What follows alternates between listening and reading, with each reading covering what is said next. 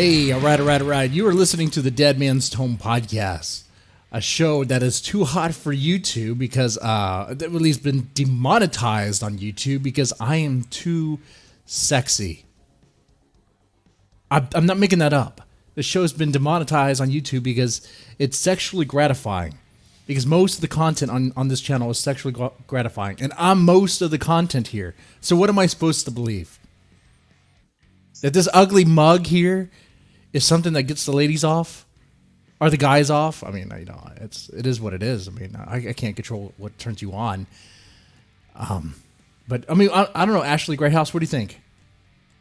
Oh, definitely. Yeah. I mean, it's without a doubt.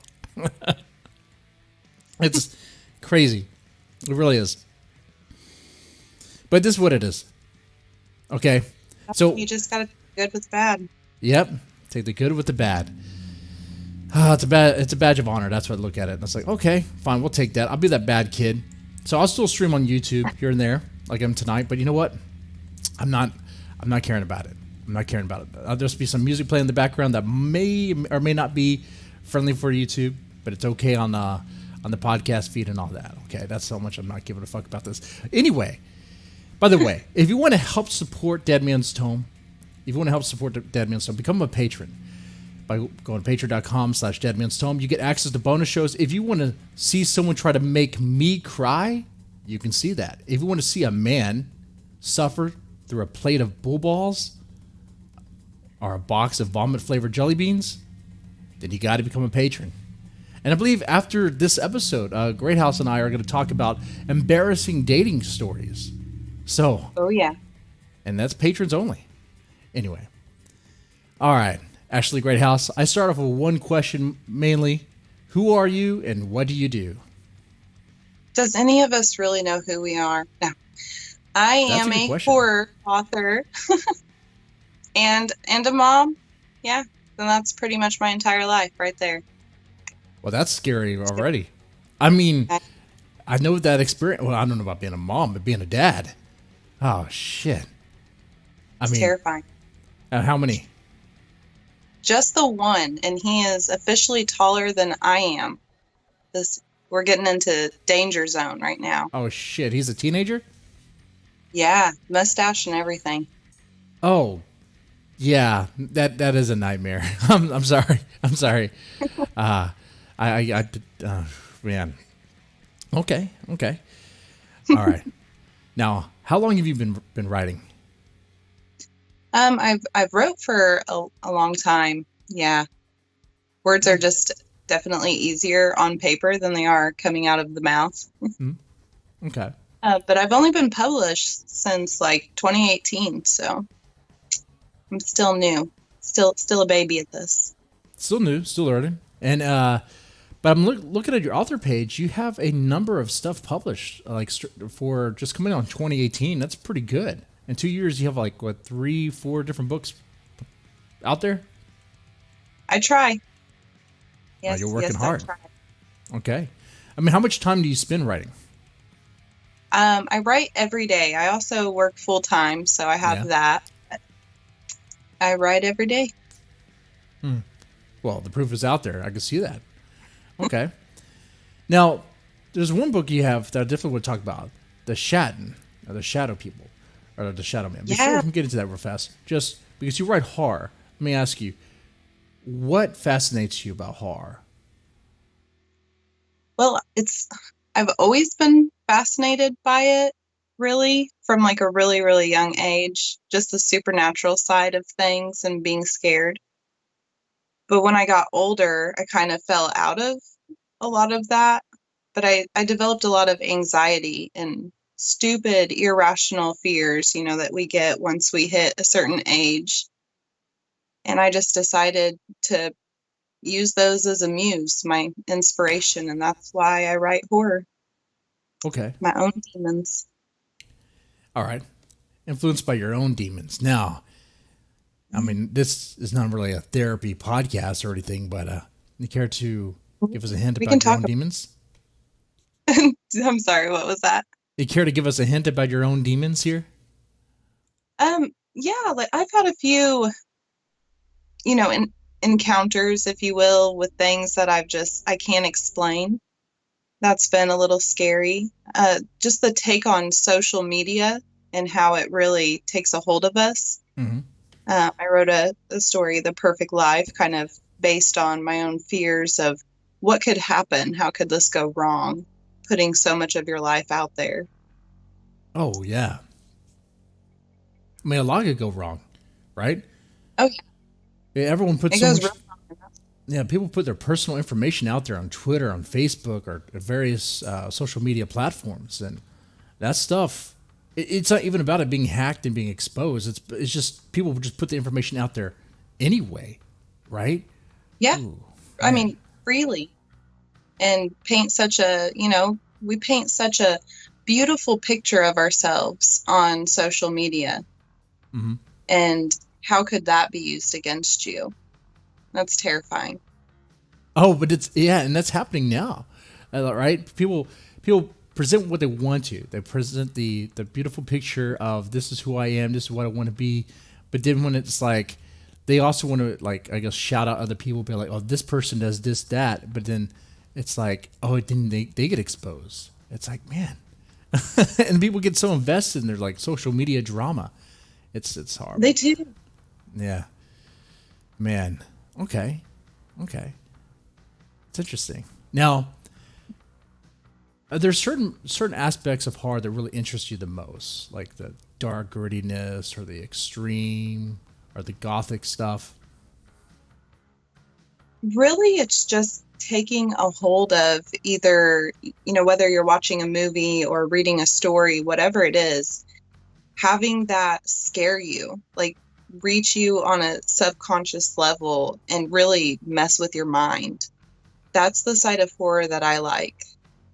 Mm. I like the blood and the goriness too, but when it really gets into your head, that's terrifying. Okay, like the psychological aspect of horror. You like that? Okay, Oh yeah, yeah, that's cool. really makes you think. Okay, yeah, that I think that's one thing that horror does well. Obviously, some people really like the extreme stuff and the gore as well. But one thing that really defines the genre is, at least I feel anyway, I don't know about you, is that it challenges the readers. It challenges the viewers. Whether you read horror novels or watch horror movies, I know there's a lot of like, slashers or whatever. Okay. But horror is there to challenge you, make you face something you don't want to face, make you feel uncomfortable in a way. Yeah. Yeah. Now, are there certain things that you would never write? I'm not. It's such a struggle for me to put like love scenes or even romance at all in any of my stories. Like I just can't. I can't do it. I've tried. It doesn't get very far. That's something I don't think I could cross that line. I don't think I could. Sorry, ladies, I can't give you that one part of the story where you're like, please, just a little bit of love. No. No, that's okay. That's okay. I think any ladies listening to this show would agree. Yeah, you don't need that love in there. No. No. Hell, I think out of all the guests I've had on here, I don't think none of them really write romance on the side, or either you really write romance. No, I take that back. There was, I think, one romance writer on the show once, and I was back during the whole Cocky Gate thing, and I wanted to get their take on it because that was something that interests me. Because you're talking about someone who copyrighted a word and try to use that. I'm like, okay, that's crazy. So you're in good company here. Now, Good deal. Are there certain extreme parts of horror that you want to write? Like, let's say, like kids being victims or animals dying, things like that? Well, animals dying would be hard, but it has happened. Same with the little children's. Yeah, there's not a lot of lines that I won't cross. Mm-hmm. Okay. As far as making the story good. Yeah. Okay, I respect that. I like that. So you're willing to go there if you have to, if it's for the story. And I don't plan out my stories. I kind of just let them happen. So I'm just as surprised as the readers are. I have no idea what's going to happen until I write it, and it's crazy. Okay. So Yeah. I've been shocked a few times. Yeah, a lot of people like that method. Now, when you say you don't plan out, because when people hear that, they go, okay, so what, does that mean like no planning at all? Like some people get very literal, myself included. When you say you don't plan out your stories, what about when you're at work or when you're going to the grocery store or whatever? Like, are you coming through? I mean, are you thinking of things in your head about the story? Like, oh, what happens to this character? What happens to that? You know, brainstorming is the word I'm looking for. There's a little bit of brainstorming, but it's generally with the scene that I'm working on. I don't try to plan out so far ahead. I just kind of live in the now. So if I have to leave off at a really good scene, then I will kind of think, can I twist this just a little bit? Mm-hmm. I like to go full circle a lot, so I try to remember little things, little clues that I may have left behind in previous scenes. Bring them back. Okay. Yeah, that makes sense. Okay. Now, well, I mean, do you ever have to like because I do that too. I try to when I brainstorm in the scene. But do you ever catch it to where like you hit the rush and you can't help yourself? You're like maybe you're driving your car or you're whatever it is, you're away from your computer or whatever you used to write, and it's just you just can't help yourself. You cannot help yourself. But inspiration struck you, the muse is there, and man, you're just seeing the visions. You're hearing the dialogue. You are seeing it. Does that ever happen? It does. In those moments, I always have my phone on me, so I kind of just pull out my voice recorder. And it's the best way for me to just spit out everything that I'm thinking. And then when I do have a moment to go back and write, I can play that. I'm, having a hard time remembering every detail that I wanted to put in there. Okay. That's handy. It is very handy to have, with your phone on you and all that, be able to record it like that. That's very useful. Okay. Now, do people ever like look at you weird, like, oh, what's she doing? Is she just talking to herself? Like, do you ever do that in person? Yeah, all the time. It's fine at this point. All right. It's like, look at me. I don't care if you look at me. You can judge all you want. That's right. That's right. Judge away. It's like I'll get a little. It's like I'm not judging you when you're hoarding all that toilet paper. Right. Shit, man. This coronavirus, this coronavirus thing. I was trying to avoid it. But that reminded me of. I said I don't know. Have you been to the grocery store recently? I went yesterday, and it was nuts. Like I've never seen it like that ever. Mm-hmm. Absolutely insane. Like, how bad was it? Like, was there anything? Any meat? Any food? There was. Surprisingly, there was still a lot of meat. Like, there was. Wow. I mean, good-looking steaks. Like, there was a lot of meat. Wow. There was, like, no canned goods, no toilet paper, no paper towels. Man. Plenty of toothpaste. I think people may have their priorities a little mixed up, but that's just me. Toothpaste. Come on. Let me tell you what I feel about toothpaste. No. Okay. I went today, and when I went to HEB, I don't know if they probably don't have HEBs where you live. It's kind of like a Texas thing, kind of sort of. But anyway, like everything was gone in the meat section. No meat, not anything. No cheese, no meat. The canned stuff is gone. The fruits are gone. The vegetables are gone. Everything's gone. The water's gone. Which weird. The water's gone, and they had like cases of Shiner beer where the water would be. And I'm like, is that water now? There's probably a lot of water in it, right? I mean, that's what I tell my wife. I'm like, I'm drinking Shiner. I'm drinking water. The grocery store wanted me to do, honey. Yes. That's why I bought 3 cases of Shiner right there. But yeah, in the frozen food section, everything was gone. Like your chicken nuggets, all that stuff, except for the Spam. like the spam nuggets. I don't know who gets spam nuggets or spam patties, but that stuff was still there. I didn't even know that existed. What? It exists, and no one wants to get it, even when they think they're going to die Of of an course epidemic or something. So it really shows priorities, like you said. Shows priorities what they get. Like in the pet food stuff, that area, dog food all gone. I had to get like some weird brand, and I had to go See, hunting that for that one.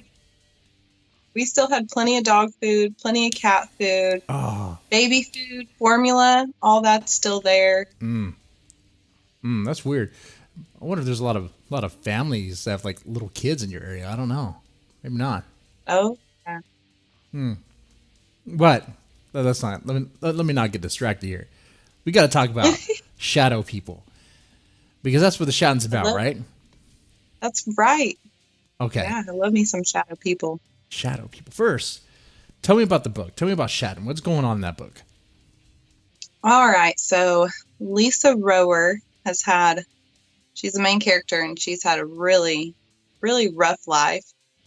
She's in her 30s at this point, but I mean, she's just been so neglected and sheltered her whole life that she's not really there mentally. And you get that vibe from her, she's not mentally stable. There's something that's wrong with her.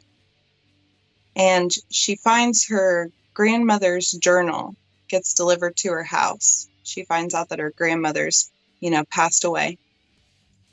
Okay. And in this journal contains so much truth to why her childhood was the way that it was, why she was neglected and abused.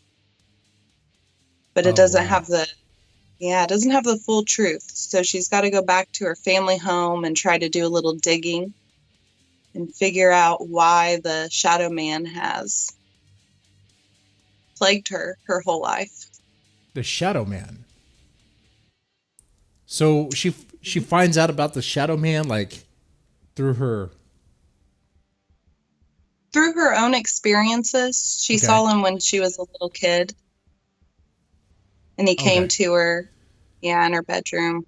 Okay. In the notes that she was going through, it sort of like connects to the Shadow Man and all that. She finds out, she's always been told that she was crazy, that never happened. She never saw that man. It was all part of her mind and how she was damaged, just like her mother. A little bit of family hate going on. Right. Okay. And she finds out through this journal of her grandmother's that there's all these different journal entries, and they're all wrote in different handwriting, and they all seem to be from children. And they're all describing the same thing that she went through when she was a child. Wait, this is her mom's journal, right? Her grandmother's. Her grandmother's journal. Okay, wait. There's all these little handwritings from various different kids, like related to her, or just different kids? Different kids, almost like her grandmother was doing a study on these children and took from her journals. Okay, I thought maybe she was running an orphanage or something, or a foster home, but no, she was. Okay. That is very interesting, though. That's pretty creepy. So her grandmother found these journal entries, like. Is that right? Yeah, like she was working in a psychiatric hospital and was evaluating these children. Oh, okay. Yeah, see now it's getting even more interesting. Okay. Working at a psych facility. What? Not to reveal everything, I just like a little tease. But what is the what are some of the craziest, most outdoor sort of things that were in these journal entries? They're as far as the journal entries go, they're all saying the exact same thing. Okay. They're all saying a man came to the foot of their bed wearing a long trench coat and an old 40s style hat, but you couldn't really see the man or his clothing. You could just tell that that's what it was. He was just a solid black shadow. And so it's just journal entry after journal entry of the same thing that she went through and the terrifying feeling that you got from them. Now this idea, the shadow guy, how did this come to you as an author? When I was little, I witnessed the exact same thing. That's something that happened to me. And my grandmother actually passed away a few years ago. And I was telling my dad about, yeah, I'm working on this book right now, and this is what's going on with it. And he stopped me and he said, "That's so weird.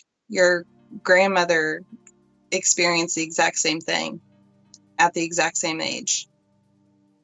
And I did a lot more digging, and I realized that other people experience the exact same thing at the exact same age. And so I had to give kind of an origin story, I guess. Sounds like it. I mean, a lot of people have claimed to experience this. I mean, I've worked at a psych facility for a little bit, a number of years, and yeah, I've read some weird, very interesting journal entries and of shadow people from some of the clients. So it is intriguing. I mean, it's makes you wonder if there's any truth to it. Like when you said you saw the shadow, you said you saw shadow people, right? Mm-hmm. Yeah. Okay. How would you describe that? Like, did it feel real? Is it real? I mean, when I was little, it definitely felt very real. Okay. And I went to scream, nothing came out. I couldn't make a noise. I was terrified. As I got older, you realize there's such a thing as sleep paralysis, and you just kind of put those things to bed a little bit, but they never really leave your mind. Now, like you said, when you were young, when you experienced that, it was very real. A very, I mean, it sounds like it was a haunting experience, right? It kind of lingers. It kind of stays with you, right?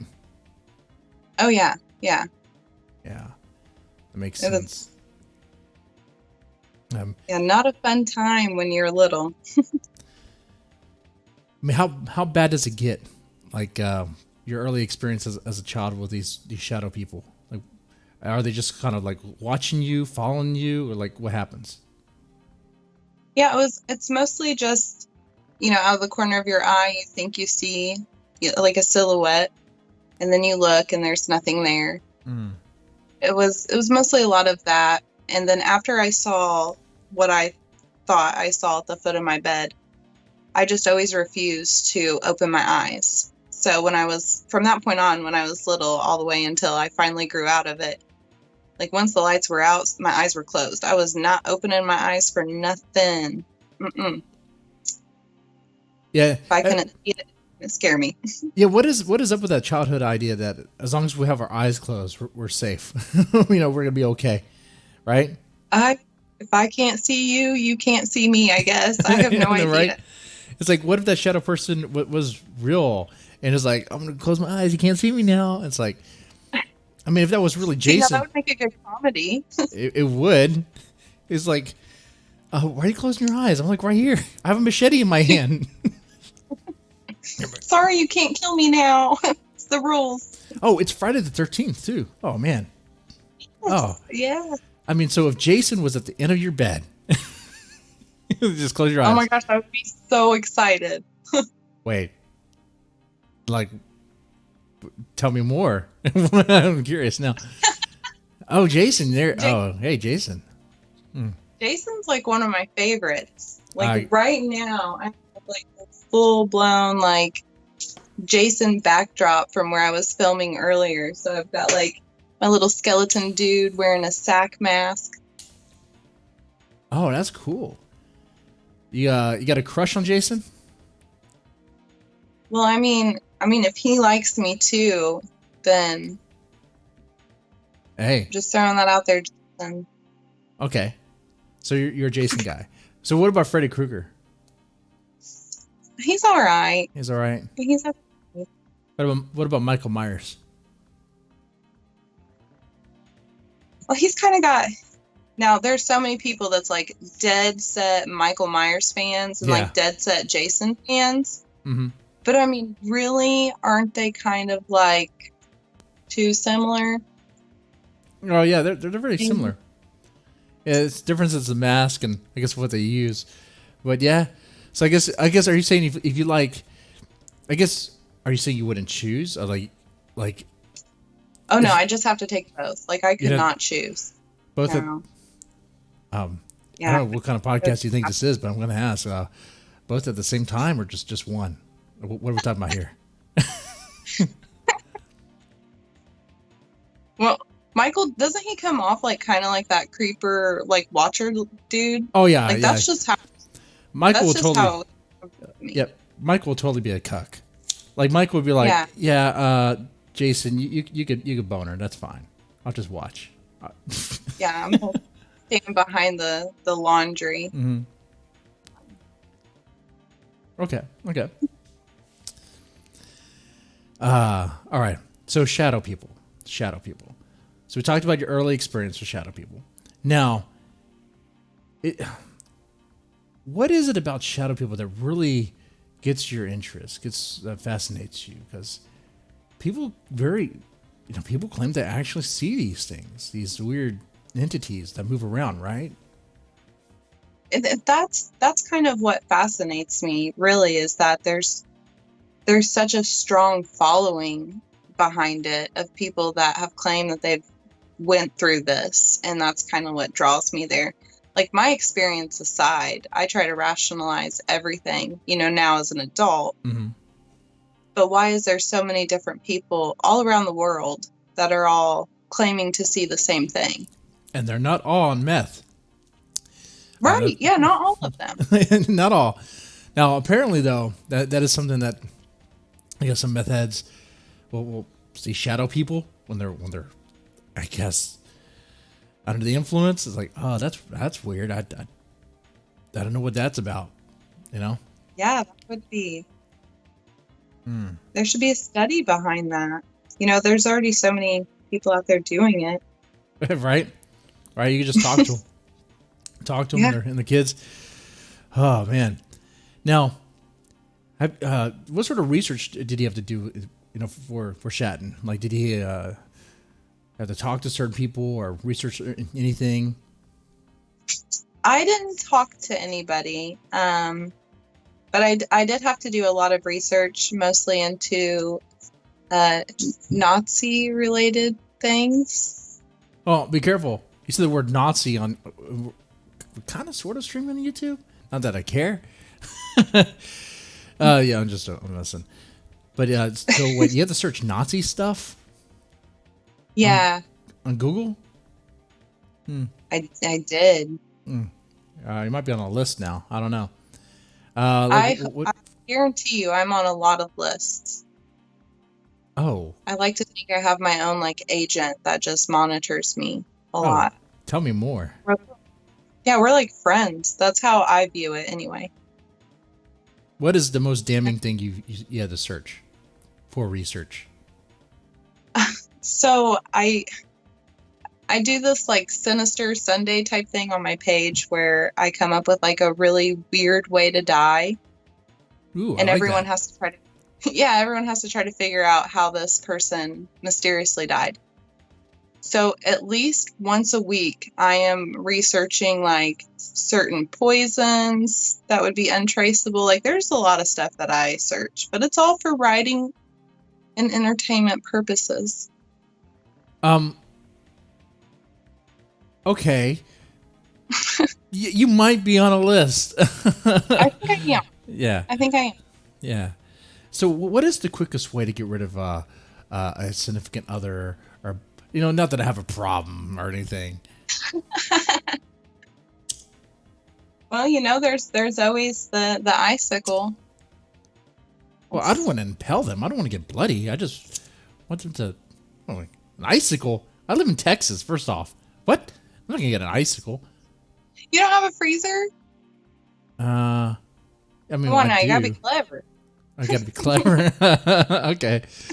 Okay.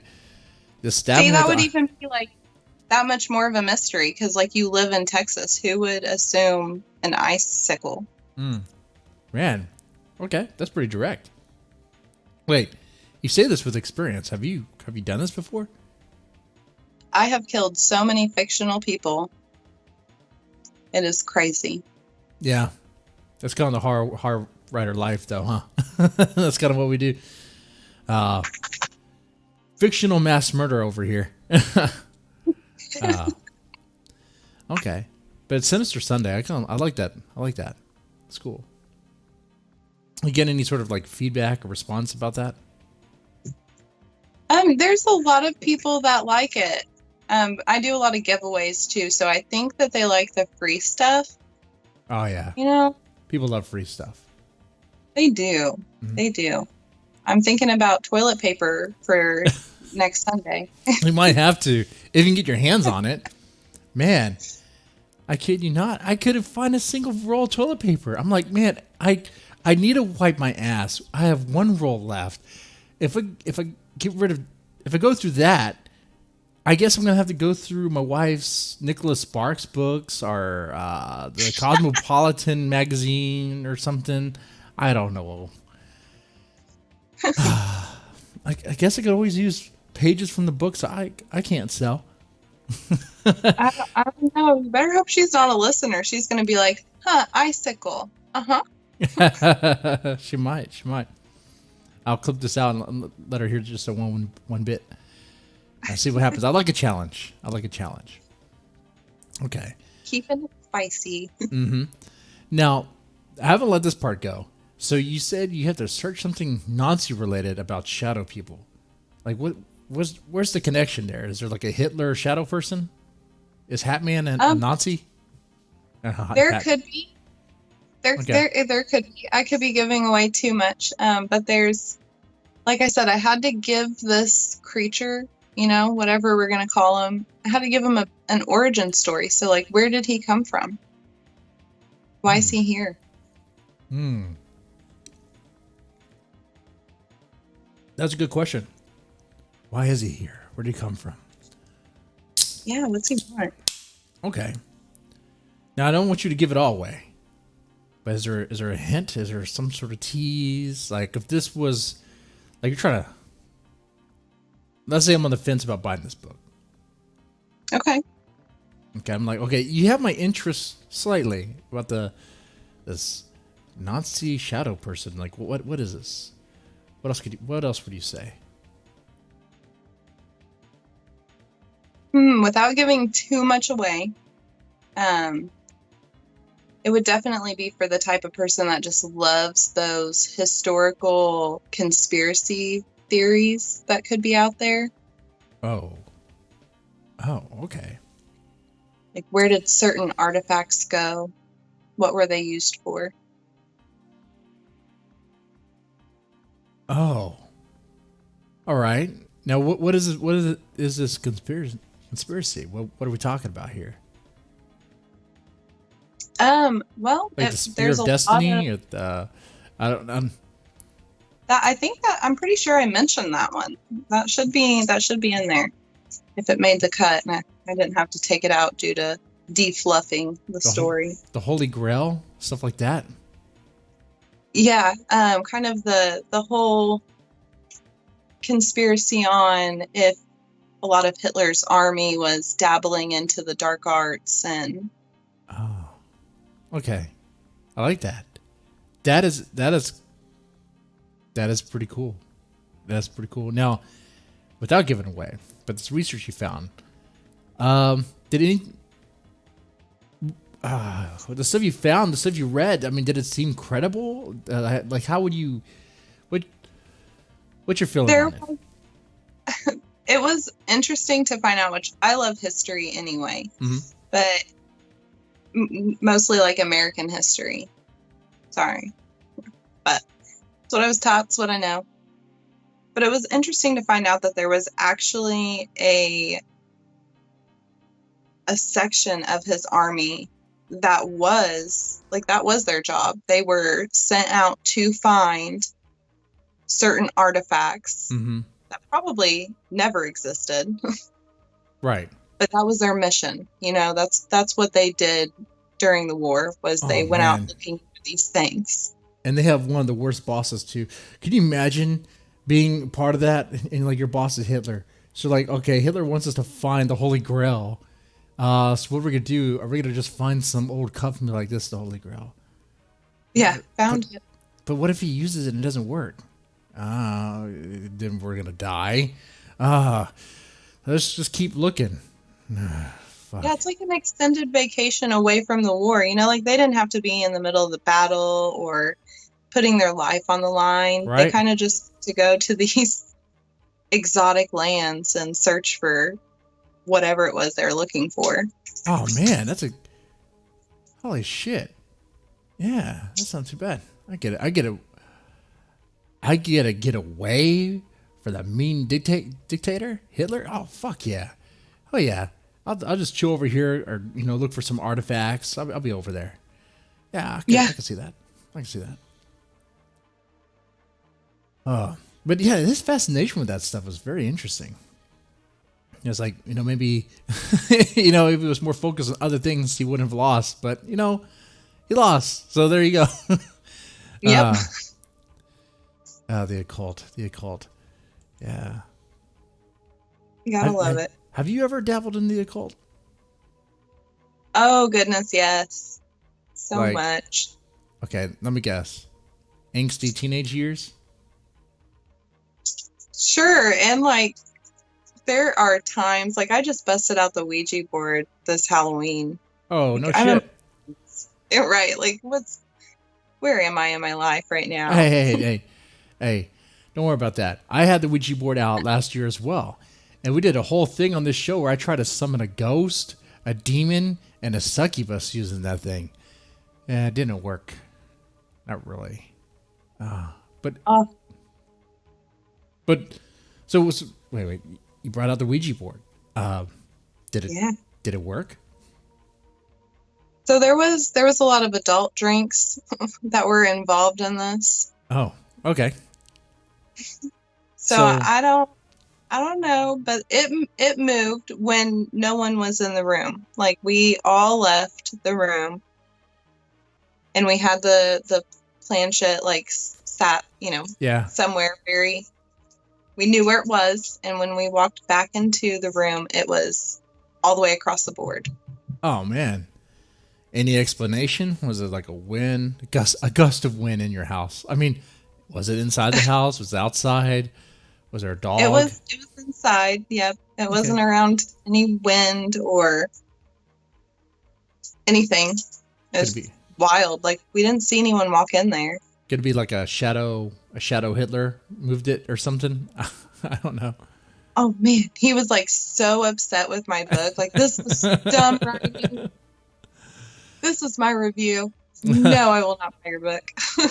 That doesn't make any sense because I'm looking at the reviews now. I don't see any 1-star review.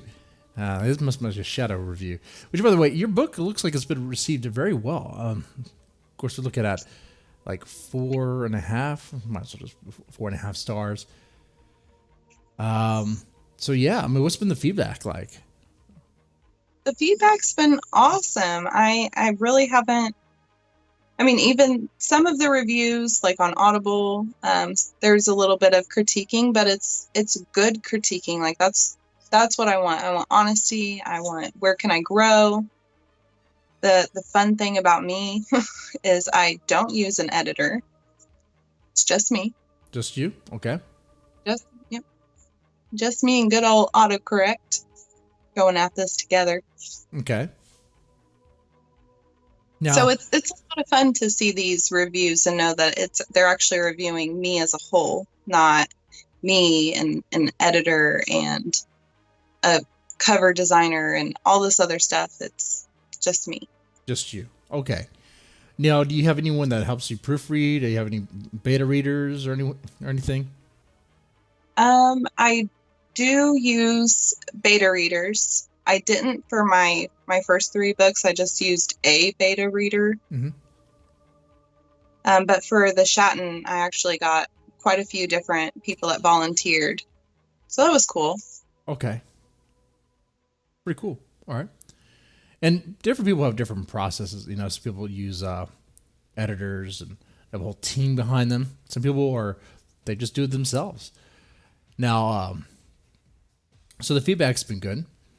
Now, is it self-published? Did you go through a publisher? It is self-published. Okay. And one thing I like to ask with the guests that are self-published is, one, what's the experience been like?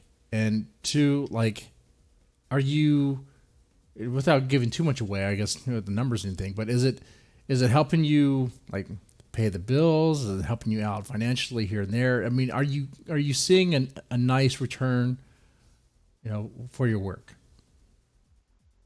It has been fun. The one thing that I get I get criticized for a lot is I sell my stuff as low as possible. And it's not that I don't value what I do. It's not that at all. It's that I care more about readers than I do earning a profit off of this. I mean, I have a full-time job. I'm doing fine. This is more, sorry, that's my dog. It's okay. Doing whatever it is that he does. Please stop. But no, it definitely, it helps buy some groceries. So that's pretty exciting. That's pretty good, especially, I mean, that's not bad. There's a lot of naysayers that say when you self-publish, you will never make it. You'll never get any return. No one's ever going to read your stuff. You're just going to be lost.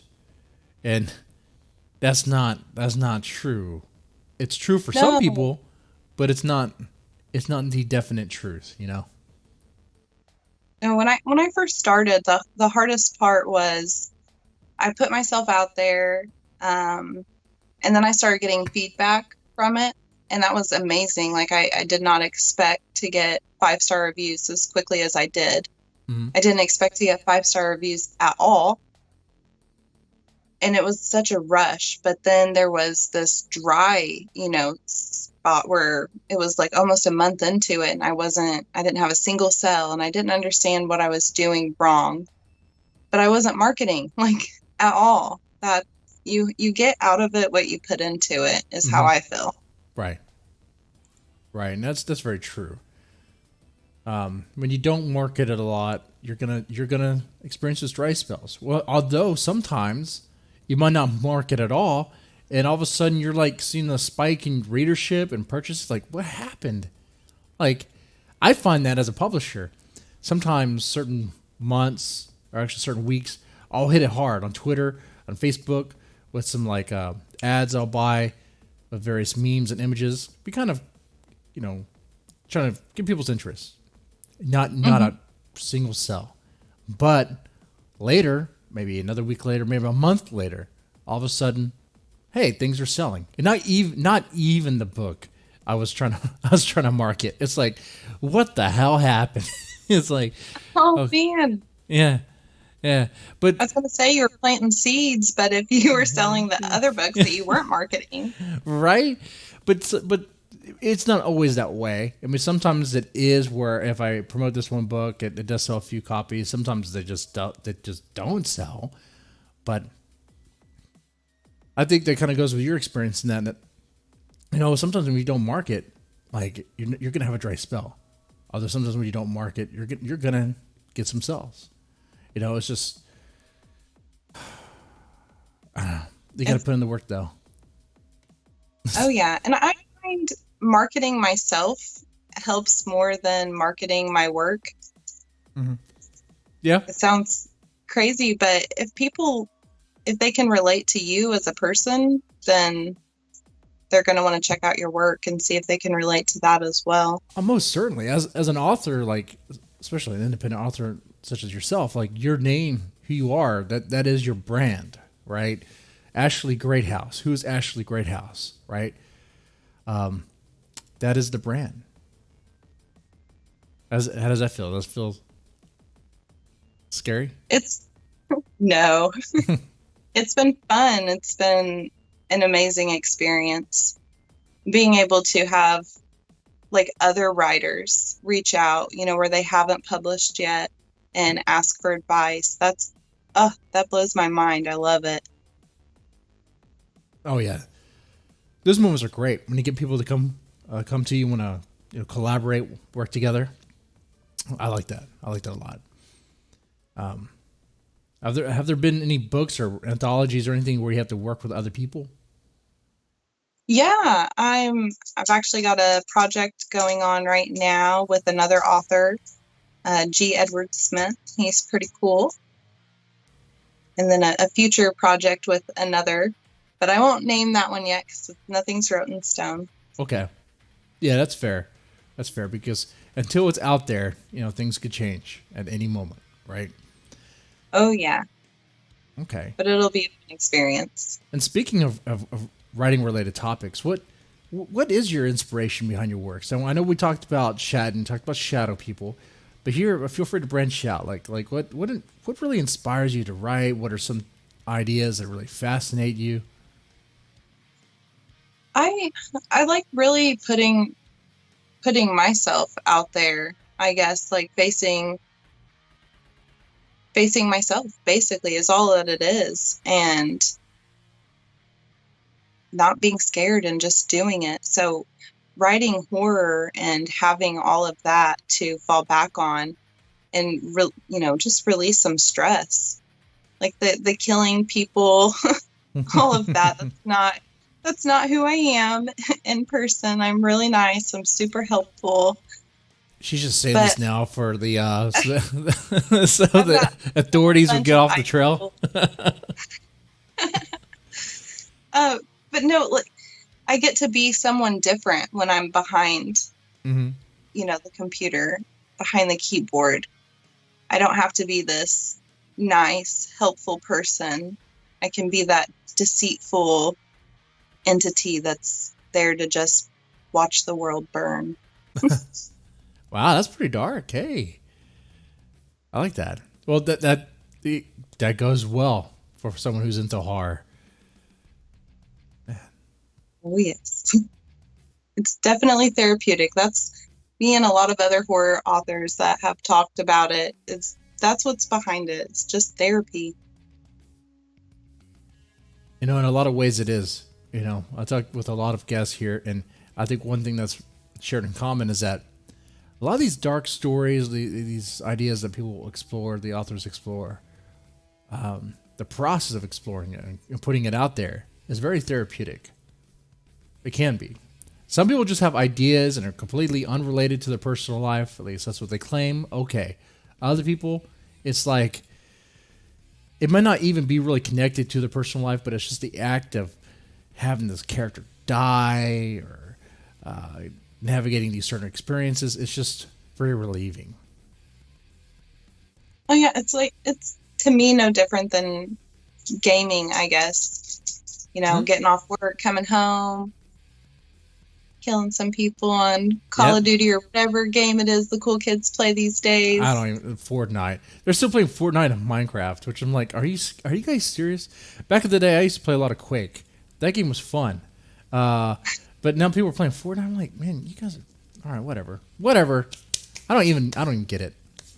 But don't ask me. I still play games back in the '90s. Whenever I play games, it's like Super Nintendo, and '90s PC games. So the similar times. Right. I think the most.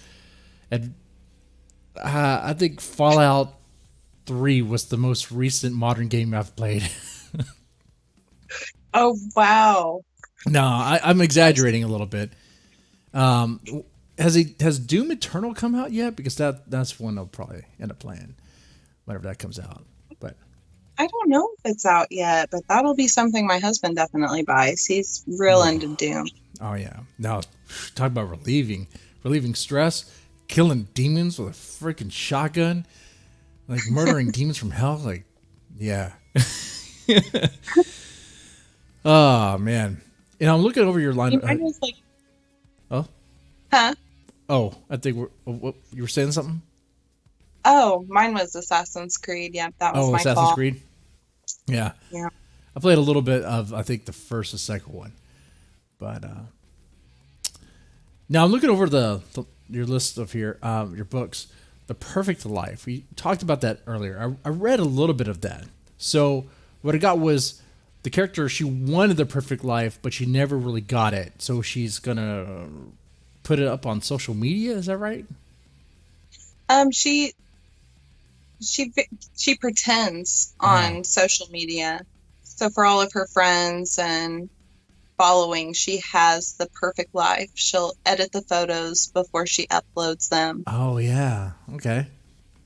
Force her family to do the little family photos, and then she really doesn't spend time with her kids after the photo's taken. It's just kind of like, all right, out of my hair. Oh, and you're right. Going back to what you said earlier in the beginning of this, that's something that a lot of people do, right? Oh, yeah. Like an Instagram and all that. Like, you see, even like celebrities, like you see what they want you to see. These people have these ideas that like the Kardashians have this great life. I doubt that. I bet their life is troubled and fucked up behind the scenes, and you just don't know. I mean, it has to be. We're all humans. We all have the same emotions, and you can't escape that just because you have money or whatever it is. They try to, as you say that, I'm trying to envision what it would be like. Kim Kardashian and Kanye West, like, are they like how they are in public and in the private? I mean, I could not even imagine. It just seems too narcissistic. I mean, how are they? I don't. They have trouble. They're like cartoon characters, though. I mean, they may not. I mean, there may be no off switch. Man, I cannot even imagine that. To be that bombastic and that narcissistic all the time, have that ego all the time. Man, and have that vanity around. Ooh, but then there's everyday people that like, they put their images there on social media. They do the nice photos. But behind the scenes, there's like domestic violence, there's drinking, there's all this toxic stuff. A whole bunch of sadness, just loneliness. Mm-hmm. It's insane. That story was inspired. Just every parent, just kind of thinks, am I a good parent? Am I doing this right?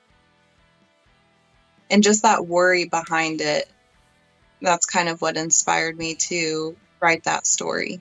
Not that I am that parent. I'm definitely not. You know what? And I wondered. I was wondering, based on what you said there, is like, I believe you when a lot of people say, am I a good parent? My line of work, I've said this before, so I'm not too afraid to admit, but I do work child protective services stuff, like CPS stuff. And every parent I talk to thinks that they are a good parent, even the ones that, make certain mistakes to where they're clearly not, but they see themselves as a good parent one way or the other. It's like the rationality for it could be like, a rationale for it could be like, I'm better than my mom. I am better than, I provide for them. I spend money on this. It blows my mind. But I'm sure people too, right? Oh yeah. There's been quite a few. My dad and my stepmom actually foster young children who have a lot of medical issues because of the decisions that their parents made. So knowing, like actually meeting some of these parents, it blows your mind. It really does. Just what you said, the way that they try to justify what happened. Mm-hmm. And that's the thing. There's always that justification, no matter how sick and dark it is. They always find a way. Oh, my mom wasn't that bad. She used the the metal end, the buckle end of the belt, but she wasn't that bad. It's like, oh, okay. All right, Ooh. there. You know, my mom only used meth on Mondays. Then Tuesday, Wednesday, Thursday, Fridays, she used heroin. It's like, okay, I don't know. You know, I make jokes about it because I try to keep it light a little bit, but it's dark things, and it's very dark. And I got a lot of good reactions, not necessarily good, but the reactions that I wanted to get out of that story. I mean, I'm very old school, I guess, so I like to have morals in the stories, even if it's horror. And a lot of the takeaway from that was, you know, self-reflection. You know, how much do I put social media ahead in my life? right? So that was awesome to get that from the readers. I like that. People really need to have that self-reflection. It's like they need that dad person in their life or someone in their life to be like, no, your life is fucked up. Like you are neglecting things. They need someone. They need a life coach, someone to step in. Yeah, like a big brother that doesn't, you know, expire because you reached a certain age. Right. And I'm looking at the book now. It's 5-star review. So people are loving it. Good feedback on it, right? Yeah. Yeah, I've not been so lucky on all of my work, but that's okay. You gotta have bad. Oh, sometimes you do get bad. Like, Yeah. okay. What's the worst review you received? And I'll share mine too. I've only had, knock on wood, though I encourage, you know, good feedback, honest feedback, but I've only had one bad review. And there wasn't anything in there that I could actually take away from it and work on. It was just very attacky. Like she did not like me, like as a person. I really feel like she went for the jugular and did not let go. Oh, really? Yeah. Oh, she was. What was it? Was it too scary, too brutal, too dark? No. My takeaway from it was that I am not only a killer of fictional characters, but I am also a killer of proper English and structure. Oh, a grammar Nazi type. Yeah, that happens. You know, and those people, they lurk on the. I don't know if you. I'm imagining you are, but I don't know if you are a member of any of those like many Facebook groups about writing and promoting your book and all that. Oh yeah, there's always naysayers that like to tear down other people's work for grammar issues or whatever. And I do that too at times. It depends on if I'm like really pissed off or someone really had it coming. But it's like, look, like words change over time. Like it's gonna happen, you know. They do, and there's some of them that do it for their own little ego boost, I think. Oh yeah, there's one in particular I'm thinking of. I'm not gonna say his name, but some of these people who like to like be grammar Nazis and tear other people's work down, they don't have a book out there. They have nothing out there, and I see that stuff. I'm just like, okay, I'm not gonna pay them any mind because they're a fucking idiot, right? Learn how to write. Okay, where are your books? Oh, I'm publishing all this stuff. That's funny. I go to Amazon, and the only thing I see is a book about wine that I know you didn't write. So what are we talking about? Anyway. I've ran into this too. It's hard. I try to just not feed them. Don't feed the trolls. They say don't feed the trolls. Now, if you are sometimes a shit poster like myself, and you just can't help it. You just want to, I'm feeling a certain way, feeling stressed out. You know what I want to do? Yeah, I'll give you something to feed. Fuck off, motherfucker. You know? Oh, yeah. Yeah. And funny enough, some of those have become like really good, internet friends from it Yeah. because I love sarcasm.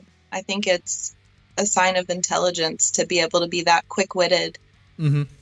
Yeah, that's So one I thing I admire. definitely picked up with you on the show. Definitely very sarcastic. I like that. I like that. And kind of dry with it too. I appreciate that as well. Yeah, I do have a little bit of dry humor. My bad. Now, one question I like to ask all my guests here, because we're at the end, but there's be a bonus episode afterwards, which is for patrons only. So consider becoming a patron so you can listen to it. What is your favorite horror movie and why? Okay, my absolute favorite, which I may have changed up from time to time, but right now in this moment, my absolute favorite is Candyman. Yes, it is not a bad movie. It is not. No, it's awesome and I love it. I loved how. I mean, I enjoyed them. That blah, blah, blah, I can't even speak right now. I enjoyed that movie for a number of reasons, but please, like, what is it about Candyman that gets you? Well, kind of going back to my love for American history, I love that they tied like a historical aspect kind of behind the main story. Mm-hmm. So that kind of it made it feel real, especially when I watched it being so young. It made it feel so real, like this could actually happen Mm-hmm. because that actually happened. And that's what really drew me to it. And then just the fear behind it. Like you say his name 3 times in a mirror and he's going to come and kill you. Mm-hmm. That was the joke of a lot of different parties, growing up. And still to this day, like I will straight up bust down a door before someone has a chance to say his name 3 times in a mirror. Like I'm gone. Not Candyman. playing. Yeah, not playing. Candyman. No, I don't have a There's mirror. I don't here, have a so mirror I'm around me. good. Wait. But how does it work though? Is it any reflective surface, or is it just a mirror? I think it's just the mirror, right? Like the Okay, only thing that I can really so remember is being in the bathroom. so you couldn't say Candyman 3 times, like looking at like some really polished metal, Maybe right? you can like in the other movies, like where they came out with the sequels. Mm. But I don't think so in the original. I think it was just the mirror. So what about like? See, right now I have OBS up. It's a program I use to stream on YouTube, and I can see myself. If I look at myself here, like, does that count? Or is because that's not a mirror, that's just a camera and I'm seeing my footage. That doesn't even count, right?